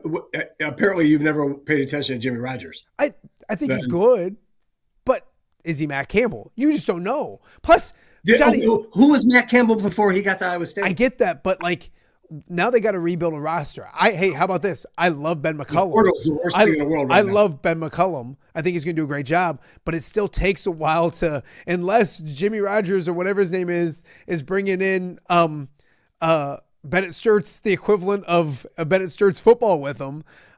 It's just, it changes things. Guys leave, guys come. I think he'll eventually do fine. I just don't know. They'll win. It'll come, but they're not going to win 8 games next year, probably, is what I'm saying. It's going to set them back a few years where they're going to have to reset and then kind of build again, right? It depends on, again, the craziness of college football. It all depends on the portal, Matt. Who comes in, who leaves, who goes to Penn State, who follows Matt Campbell. And if I was somebody who had endeared themselves as he did to that program, if he gave me the opportunity, I'd follow him in a heartbeat. Jimmy Rogers can coach. Jimmy Rogers can recruit, pay really close attention. South Dakota State was no was no slouch. I understand moving up one more level. Come on, folks. There, Maddie, you and I have this. And thanks for letting me chat with you on Mondays. I'll bet you they win for 8 football games next year. Ooh. And you name the time, place, and dinner. Oh, and, I like that. Okay. Yeah, and it won't be your dad's meatballs or his sauce, but we will. They're going to win, and they're going to win a long time. And yes, should they build a statue for Matt Campbell? Yes. But not playing in a bowl game, I understand, because there's a lot of guys. Matty, the portal, have you checked recently? I mean, you got to remember, it's full. Yeah. I mean, it's everywhere you turn. So there's going to be a lot of people leaving. Let me ask you this though, because the portal's full, and it's fun to go shopping when you got I'm trying to make fun of somebody here and I can't think of somebody who's rich. It's fun to go shopping when we got John Marx's bank account, but when we have Matt Randazzo's bank account, we struggle. So that's the best way I could come up with it. It's our wives' bank accounts, as you should say. Yeah, Iowa State, they get $2 million from Penn State, but they pay $4 million, so they're down $2.5 million. They also get fined $500,000. So this weekend alone, they lost 2.5. Johnny, that school, and no offense to Iowa State fans, they're already struggling when it comes to revenue. They're going and playing games in Arkansas State. They go to Arkansas State this past year because they got to make money. They got to get a paycheck. Like, I was there. They're not the same. The week before. Yeah, but they're not the same as like and I'm not even putting Iowa. Is it like they're doing fine when it comes to those kind of things, but it's not like Indiana's budget and Penn State's budget. I just worry about the fact that money-wise in Ames is going to be a little funky. It's not as easy. They can't just go buy a roster. They got to spend wisely. Would you agree with that? They got to spend wisely? Everybody has to spend wisely at the college level. 500,000 is a blip, Matt, in today's world. I get you. And that, God bless him. One of the neat things about Coach Ferentz and Coach Fry all those years, they made sure the band got. They spent the $1 million they got on the bowl game because they took everybody and their brother and they made it a special week. And that was always. Kirk's doing the same this year. They're taking the band and everything. That's the way. That's the way they do things there, and I respect that. It probably that way in 99% of college football, but 500,000 means nothing. I ask you to think before, and you didn't speak too highly of the hire of Matt Fitzgerald. Pat Fitzgerald. Excuse me, Pat Fitzgerald at Michigan State. They just raised, Matt. No, I did think that $400 million. Yeah. I think that's a great hire. I think it's a great Iowa State's, maybe it was Pete that said it was an average hire. Iowa State can raise that kind of money, Matt. I know it's a state-funded school. Don't play me like that. There are football-related boosters that will make sure that they're in line to compete in the Big 12. Bottom line, this is a blip. 500,000, come on. Again, you know what? They light victory cigars with that anymore. Jimmy Rogers is being – I'm sorry, Johnny. Jimmy Rogers is being announced this morning. We'll have more with Jake Brentwood. You're getting your play-by-play guys confused. I'm the uglier, younger one instead of the older, better-looking one like Pete Ivanek is. Because we all know our friend Pete's an Ohio State fan, and he never had nice things to say about Pat Fitzgerald while he was at Northwestern, who I thought was phenomenal. Yeah, I thought the only negative thing with him was he was like 2-20 his last 2 years, or 4-20. But then again, there's reasons why, and he did really well. Absolutely. And I think he's going to do great. So like I said, with Iowa State, man, and I don't know. I know you said to put a statue up. It's just, and I'm not saying you don't eventually and all those kind of things, but it was a weird weekend because it was like, this is a bad analogy. I got to be careful. It was like your wife leaving you for another guy and you just saying, hey, I love her. And I'm so happy that she spent 10 years with little old me. And I'm thrilled that she did that. And I hope she has the best of success. And I'm going to go find it. It just was weird that there wasn't more anger. Now, I know there was with some Iowa State fans, but like, in general, Iowa State and Jamie Pollard and their media for the most part was like, I love you, Matt Campbell. Thank you for just being with me for as long as you were. And I owe you. It was just a little, I get it. I understand it. And it's different. I don't know if it's bad. It's just different with the rest of college football, because usually when your coach leaves you, like Ben Johnson left me in the NFL, I call him Benedict Johnson. He's a great coach, obviously. I just didn't like him leaving me. So I thought that was a little different. Like I said, we'll talk more Iowa State when it comes to that. I'll get you your thoughts on Iowa real quick. We got to get to the NFL, but Iowa Vandy, I think, is one of the better matchups that's not in the college football. I'm curious to see what Vandy does. As of right now, I think Kirk Ferentz expects all those guys to play. I think they probably all play, but you never know when it comes to college football. Just your thoughts on the matchup, going back to Tampa, going back to Tampa and that area once again. That's their home field. It's Kinnick South. And we all know that the Relia Cuesta, what all it used to be, is a great avenue. And that bowl game knows that the Iowa fans travel. They're phenomenal, and they support the program. And Iowa will always play that game tough. You need health. You need portal. Diego Pavia is a guy that I think he just applied for his 32nd year in college football. He's making more money at Vanderbilt, Matt, than he'll ever make playing the game for a living. Which is, watch any women's college basketball game. Why do you think they stay? Yeah. Because they're being paid more than they do at the professional level. So can Iowa, if everyone's healthy, if everyone plays and doesn't worry about their portal status and their draft status, then I think Iowa matches up well. Vandy has a high-powered offense. They can run the ball. They really don't get a lot of credit for being good up front and they have a couple three techniques on the defensive side of the football that are phenomenal. And the wild card is the quarterback, who's 38 years old, and he's really, really good. Yeah, it's funny to watch because you look at Vandy and people are like, "Oh, it's Vanderbilt," but no, it's like the same thing as Indiana as in the Big Ten, because they just flipped last week. The number one quarterback in the country was going to Georgia, and the last day flips to Vandy, and they did the same thing with like a wide receiver that was going to Alabama. And it's like, what world are we living in college football where Vanderbilt is going to Georgia and Alabama and taking their guys? And that's why, last thing on college football, that's why they got to expand the postseason to 16. I know everybody's sitting here thinking they just did 12, but like they got to get it to 16, because Johnny, this money makes it so that more teams are capable of winning a national championship. When back in the day, only the cheating teams could win it.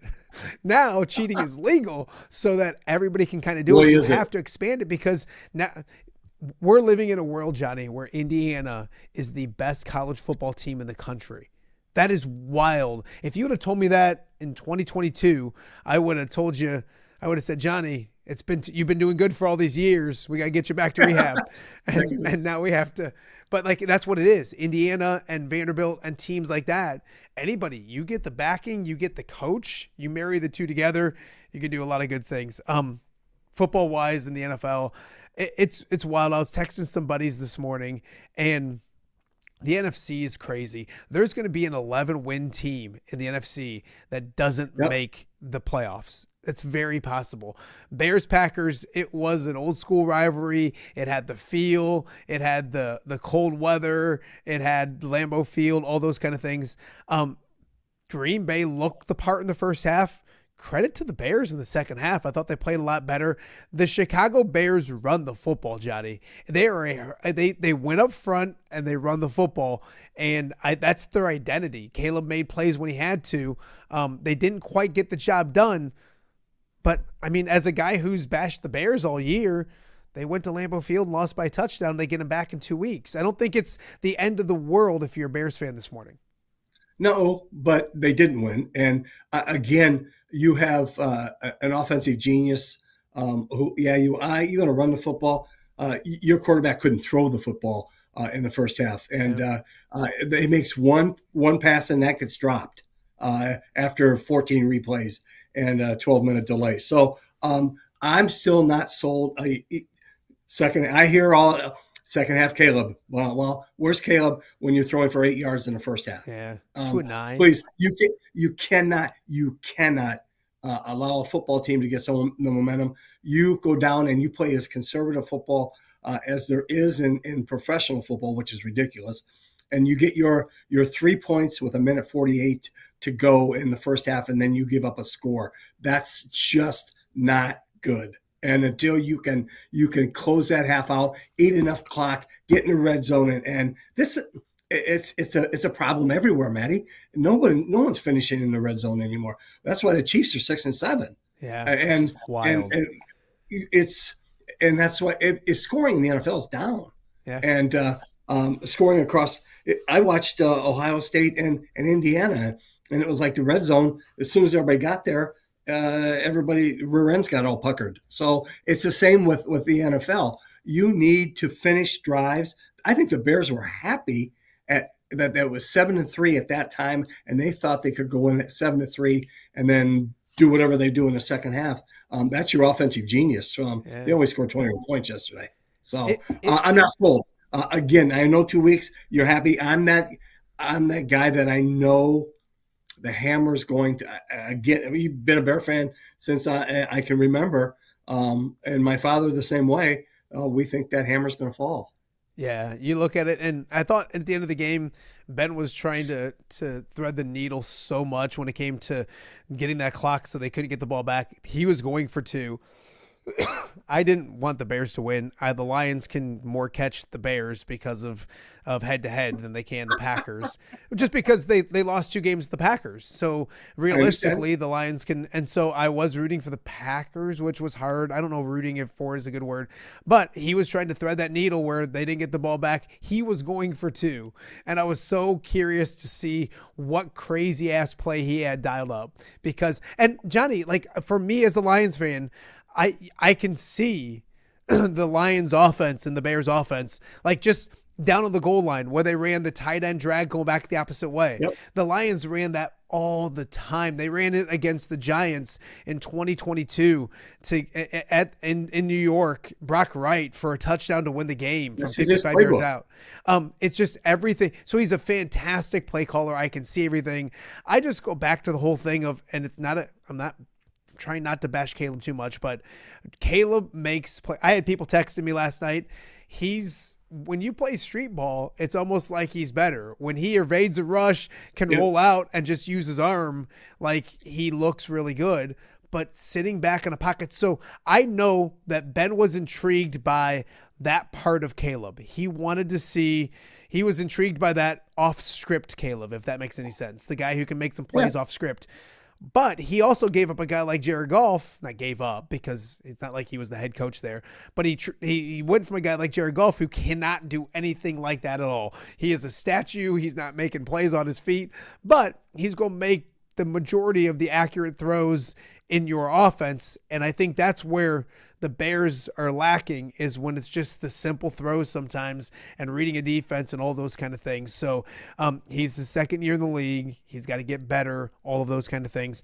But yeah, I was going through it, and the Bears should win next week against the Browns. And then they have Green Bay at home, at San Francisco, and Detroit at home. But the Lions they go to LA. They only have 8 wins. They go to LA. I hope they win, but they're not going to. I think the Rams might be the best team in the NFC. So they're 8-6. They get Pittsburgh at home. I know they're probably better than Pittsburgh at home, but like that's what you're going to get. That's Aaron Rodgers coming back into your place. And as Bears fans have bad memories of Aaron Rodgers, trust me, he whooped up us and us for a long time. And then you have 2 road games. Minnesota on Christmas at Minnesota. You saw them yesterday. Yeah, Minnesota's supposed to be done. They beat somebody 31-0. So they'll ruin my Christmas because that's the way my year's going. And then it's the last game of the year. Anyways, long story short, I think that last game of the year, you might as well already flex it to that Sunday Night Football spot. Yeah. It's going to be the Lions. It's going to be the Bears. It's probably going to be the winner goes to the playoffs. It's going to be Dan Campbell versus Ben Johnson. It's going to be 52-21 last time. Are they and all those kind of things. The Bears are probably going to go from losing that game by 31 points to being the favorite the last game of the year at home. That's how crazy the And NFL is. And you know who doesn't care? Roger Goodell.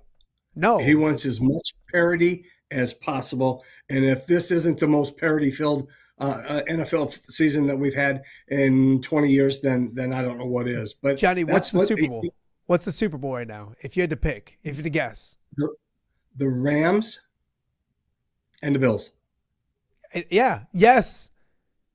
Yes, I would probably say the same. But After yesterday's comeback, I can't tell you for for the sure. Bills. No. That's what's crazy.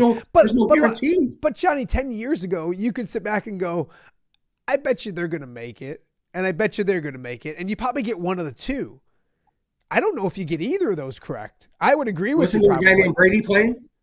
Yeah. 10 years ago? Well, there's a guy named Mahomes playing now, and he ain't even going to be in the dance. It's just wild. But his offensive line is horrible, and defensively they're a bit of a mess at the moment. So if the Texans weren't so conservative, if you're a Chiefs Kingdom fan, your run is over, and you have one of the best, if not the best coach in the game, so you can pick back up and reset. You'll probably be doing it without Mr. Swift.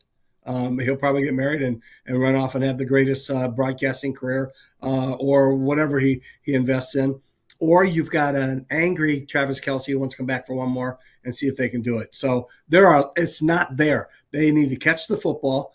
They're really porous up front. One other point. The Bears are going nowhere if you have 36 pre-snap penalties. Yeah. Nowhere. That should, oh my God. There should be 5 in a season. I know there's not, but that's ridiculous to get to that level. And you are 11 games in, and then or 12 games in, and then you have 35, Matt. 35. And then they had a 36 one yesterday. That's ridiculous. Yeah. Johnny, I will tell Bears fans this. When the Lions got relevant, I enjoyed it. I enjoyed the ride. I didn't care. I just enjoyed it. And I think what the Bears fans should do this year is just enjoy it. If it ends in this first round of the playoffs, cool. If it ends in the NFC Championship, same, cool. If it doesn't even make the playoffs, just enjoy it. And then next year, the expectations are going to be a lot more. But like for right now, I think they're ahead of schedule when it came to getting some of the wins they got earlier in the season and the crazy ways they got it. Just enjoy it. But they got the right guy. They got the right head coach. I don't know if they got the right quarterback. They got the right head coach. And I think, and here's the thing, Johnny, you're shaking your head. I know you agree with me. If Ben Johnson, and I don't think he does now, I think he's fine with Caleb and I think he's on board. But the minute that he thinks that Caleb Williams isn't the guy for him, he'll change it. He has no problems with making a change and doing something. I'm not saying it's Tyler Bagent, your guy. I'm not saying it's a whatever. Tyson. But Tyson, I'm sorry. Yeah, there you go. One other thing before I let you go. I still think he's a better quarterback. Our poll question for the day is college football teams that opt out of bowl games. And then is it they should never do it? They should I don't care, they can do what they want, or everything is different. Every situation is different. It's 2025. Everything, Matty, everything is different. Yeah. And as somebody who's benefited from a lot to do with college football and been hurt by it as well, it's different. It's not going to change. Somebody needs to listen to Coach Saban on Saturday morning, and who keeps calling for some reform. And he understood it. He cheated as well as anybody for all those years, and now he doesn't. When they don't have to, the disparity is just ridiculous, Matt. So whoever spends the most.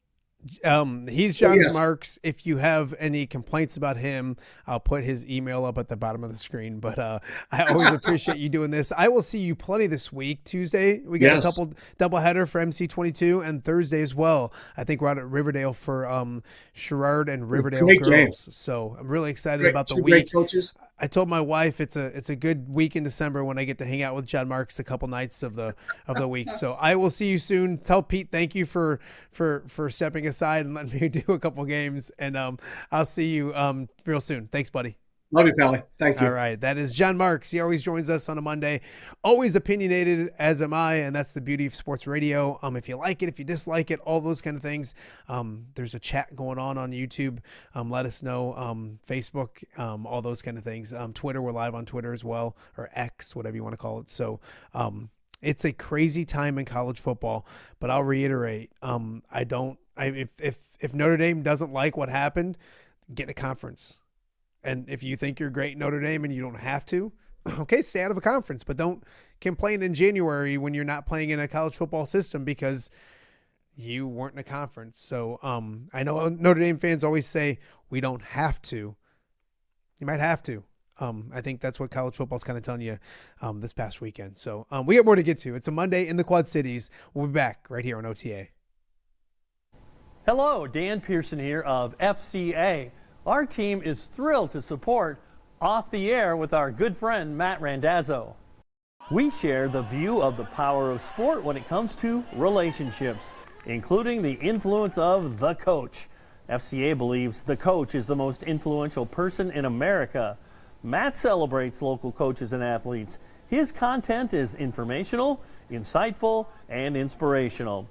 Our Fellowship of Christian Athlete team loves partnering with Off the Air with Matt Randazzo while we engage, equip, and empower coaches and athletes in our 23 counties.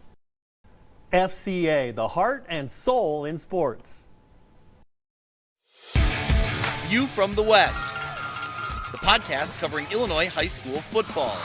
It's going to be a hard-hitting game. It's going to be great football. Weekly analysis and reaction from around the western side of the state of Illinois. This is the game we had circled when the year started. Follow along on YouTube and subscribe wherever you listen to podcasts. It's big-time football out there tonight, and I know we can play big-time football. View from the West. We got you covered.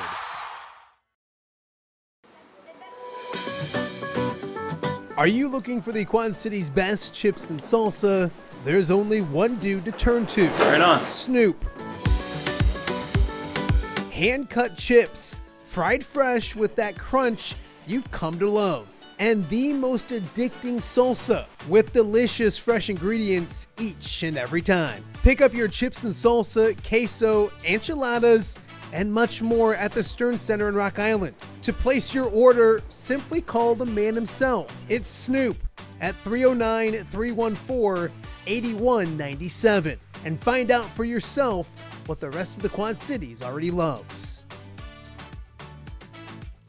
Welcome back to Off the Air with Matt Randazzo here on a Monday in the Quad Cities. Wait for it. There I am. Welcome back to Off the Air with Matt Randazzo here on a Monday in the Quad Cities. A lot to get to on today's show. It's been a bunch of fun.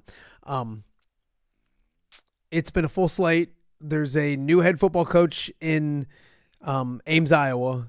That was just announced in the introductory press conference later this week, either tomorrow or Wednesday. Jake Brend will join us to talk about everything that's going on with the Cyclones in football. But don't forget, it's also the Cyhawk week as well. So we'll continue to preview those games coming up. It's the women on Wednesday, the men on Thursday. So a lot to get to this week, and we may be taking OTA on the road. I'm pretty sure we're going to coming up this week as well. So a lot to get to this week. It was a great show this week, or today I should say. Gary Dolphin, the voice of the Hawkeyes, the legend himself, joined us to start the show. First half hour of the show, Gary Dolphin talking a lot of Iowa athletics. Obviously, they have Vanderbilt in football and the ReliaQuest Bowl to talk about, but also a really impressive Saturday for the Iowa men's basketball team at Carver Hawkeye Arena and the Cyhawk game coming up. So go check out Dolph earlier in the show. Also, Jim Mattson joining me earlier to talk about the Fighting Illini and their bowl matchup with Tennessee, and then also a successful weekend in Nashville this past weekend for the basketball team. All that, John Marx talking with me about Notre Dame. Everybody's crying about Notre Dame. They belong to be in. The arrogance is the only thing that gets me with Notre Dame, is the whole, like, we don't have to be in a conference. You don't have to. You don't. But this is probably a result of you guys not being in a conference.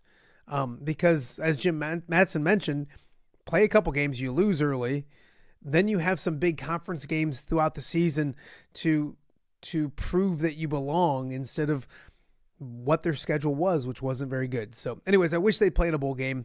I don't love that either. So Johnny and I debated that. Bears, Packers, Lions in the mix as well. There's going to be a team that wins 11 games that probably does not make the postseason or could possibly not make the postseason.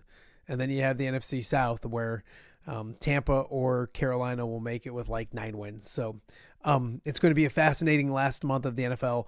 Go check that out as well. So again, a lot more to get to tomorrow and throughout the week right here on OTA. Thank you guys for watching Monday's edition of the show. And we'll be back tomorrow with a brand new episode. We'll see you then.